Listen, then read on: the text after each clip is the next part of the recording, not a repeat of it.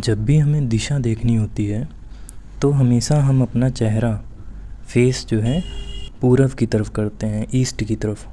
तो इस वजह से उत्तर जो होता है वो हमारे लेफ़्ट साइड पड़ जाता है और दक्षिण राइट साइड।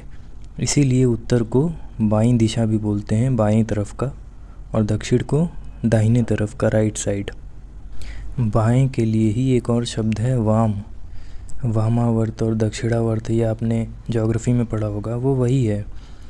बाएं साइड से कोई चीज़ हो तो वामावर्त, बायां। तो बाएं के लिए वाम शब्द का यूज़ किया जाता है, इसको आप ध्यान रखिए। यहाँ हम राजनीति में इस्तेमाल होने वाले शब्दों की चर्चा कर रहे हैं। तो दक्षिणपंथी व्यक्ति उस व्यक्ति को कहते हैं जो पार्टी सरकार में होती है, मतलब जिसकी सरकार चल रही होती है, उस सरकार का सपोर्टर अगर कोई व्यक्ति है तो वो कहलाएगा राइटिस्ट या दक्षिणपंथी। देखिए, स्थापित व्यवस्था के साथ साथ चलता है तथा उसमें अत्यधिक बदलाव की आशा नहीं करता। मतलब वो सरकार का सपोर्टर ही होता है, जो व्यवस्था जैसी चल रही है वैसा ही वो चलते रहने देना चाहता है। इसलिए ऐसे व्यक्ति को कभी कभी अनुदार या रूढ़िवादी, कंजर्वेटिव भी बोल दिया जाता है। दक्षिणपंथी व्यक्ति के विपरीत वामपंथी व्यक्ति ऐसे व्यक्ति को कहा जाता है जो स्थापित प्रक्रिया में, मतलब सरकार का सपोर्ट नहीं करते या उसको गिराना चाहते हैं, स्थापित व्यवस्था में आमूल परिवर्तन चाहते हैं। वामपंथी शब्द का प्रयोग फ्रांस की राष्ट्रीय सभा, मतलब वहाँ की संसद में इस परंपरा से हुआ था कि जो विपक्षी होते थे वहाँ पे, मतलब जो सरकार में नहीं होते थे, वो अध्यक्ष के लेफ़्ट साइड बैठते थे। तभी से उनको लेफ्टिस्ट बोला जाने लगा था। तो वही पूरी दुनिया में पॉपुलर हो गया है कि जो भी विपक्ष होता है, जो सरकार को गिराना चाहता है या बदलना चाहता है, मतलब स्थापित प्रक्रिया में विश्वास नहीं रखता, तो उसको लेफ्टिस्ट बोल दिया जाता है। देखिए, अधिकांशतः कम्युनिस्ट या साम्यवादी विचारधारा के समर्थक इसके अंतर्गत आते हैं तथा बोलचाल की भाषा में एकदम पर्यायवाची की तरह ही इस्तेमाल कर दिए जाते हैं। आमूल परिवर्तन का मतलब है रेडिकल चेंज, मतलब पूरी तरह से चेंज, जड़ से चेंज कर देना किसी चीज़ को, तो वो कहते हैं आमूल परिवर्तन।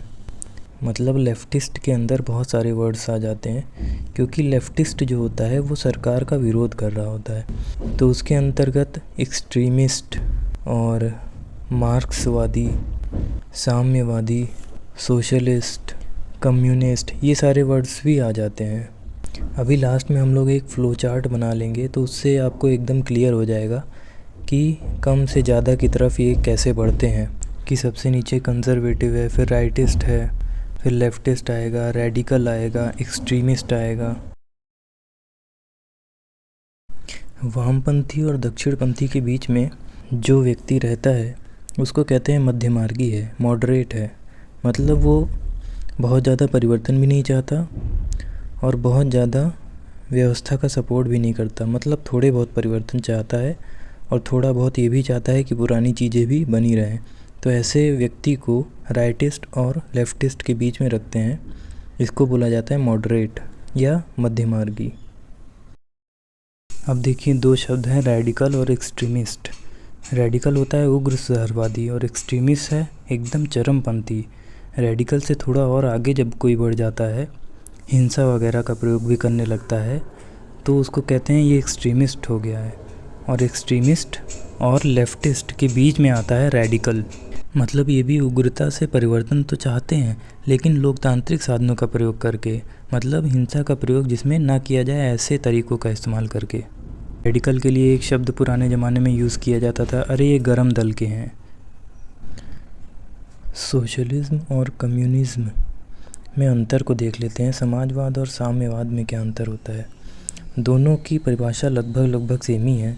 सभी को समान अधिकार हो देश की संपत्ति में और प्राकृतिक संसाधनों पर। साथ ही साथ सरकार या जो स्टेट हो, राज्य हो, जो सरकार हो वहाँ की, वही सब कुछ अपने नियंत्रण में रखे।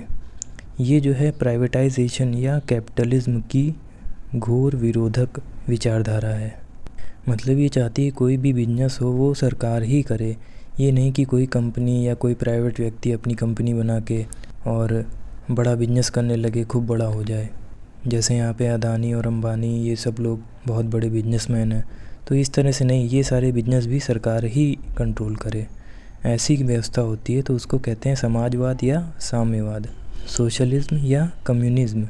लेकिन इसमें एक अंतर होता है, आइए देखते हैं वो क्या है।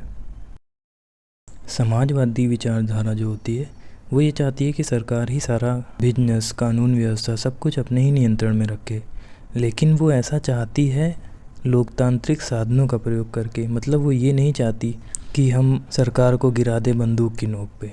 वो चुनाव लड़ेगी, लोगों का समर्थन जुटाएगी, तब वो ऐसी व्यवस्था को लाने का प्रयास करेगी। वहीं पे इसके उलट साम्यवादी जो विचारधारा होती है वो ऐसी होती है कि मान लीजिए जैसे भारत में इस टाइम लोकतांत्रिक सरकार है, तो जो नक्सली हैं, नक्सलवाद है, तो वो क्या करते हैं कि बंदूक की नोक पे जो है सरकार को गिराने का प्रयास करते हैं, पुलिस थानों को आग लगा देना, ये सारी चीज़ें। तो ये हिंसा का प्रयोग हो गया। इसीलिए जब हिंसा का प्रयोग करके समानता लाने की कोशिश की जाती है, तब ऐसी विचारधारा को कहा जाता है कि ये साम्यवादी विचारधारा है। इसको मार्क्स एक दार्शनिक थे, उन्होंने प्रतिपादित किया था, तो इस वजह से इसे मार्क्सवादी विचारधारा भी बोला जाता है। इंग्लिश में कम्युनिस्ट आइडियोलॉजी या मार्क्सिस्ट आइडियोलॉजी। और ऐसी विचारधारा को फॉलो करने वाला व्यक्ति कम्युनिस्ट या मार्क्सिस्ट। एक्सट्रीमिस्ट और लेफ्टिस्ट और रेडिकल ये तो होता ही है, लेकिन क्योंकि ये हिंसा का भी प्रयोग करने से जो है अपने आप को नहीं रोकते, इस वजह से इनको कम्युनिस्ट बोला जाता है। Means people who supports violence for making a socialist government, they are called communist. अब आइए हम लोग इनके घटते से बढ़ते क्रम में एक फ्लो चार्ट बना लेते हैं जो आपको याद करने में हेल्प करेगा। देखिए, सबसे पहले होता है कंजर्वेटिव। ये जो व्यवस्था चल रही है वैसे ही चलते रहने देना चाहते हैं। राइटिस्ट होते हैं जो परिवर्तनशील तो होते हैं, लेकिन सरकार में भी होते हैं, मतलब पावर में होते हैं, और परिवर्तन जो करते हैं वो अपने हिसाब से करना चाहते हैं। अब उनको अगर कोई बदलना चाहता है तो वो आगे लेफ्टिस्ट हो जाता है, और इन दोनों के बीच में मॉडरेट आता है, वो थोड़ा परिवर्तन और थोड़ा रूढ़िवादिता दोनों का मिला जुला हुआ रूप होता है। उसके बाद आता है रेडिकल। ये उग्र सुधारवादी होते हैं कि नहीं, और बहुत तगड़ा परिवर्तन करना चाहिए, अच्छे से सुधार करना चाहिए, जो व्यवस्था चल रही है वो सही नहीं है, उसको बदलना चाहिए, तो रेडिकल कहा जाता है। और उसी को जब एकदम उग्रता से अगर कोई करता है हिंसात्मक साधनों का प्रयोग करके, तो उसे एक्सट्रीमिस्ट बोल दिया जाता है। अब यही कोई दूसरे देश में करने लगे, जैसे पाकिस्तान के लोग बैठ के इंडिया की सरकार को गिराने की कोशिश करने लगे, तो उसे कहा जाएगा कि वो आतंकवादी हैं, वो फिर क्या हो जाएगा, टेररिस्ट हो जाएगा वो। आई होप आज का वीडियो आपको हेल्प करेगा। Thank you so much.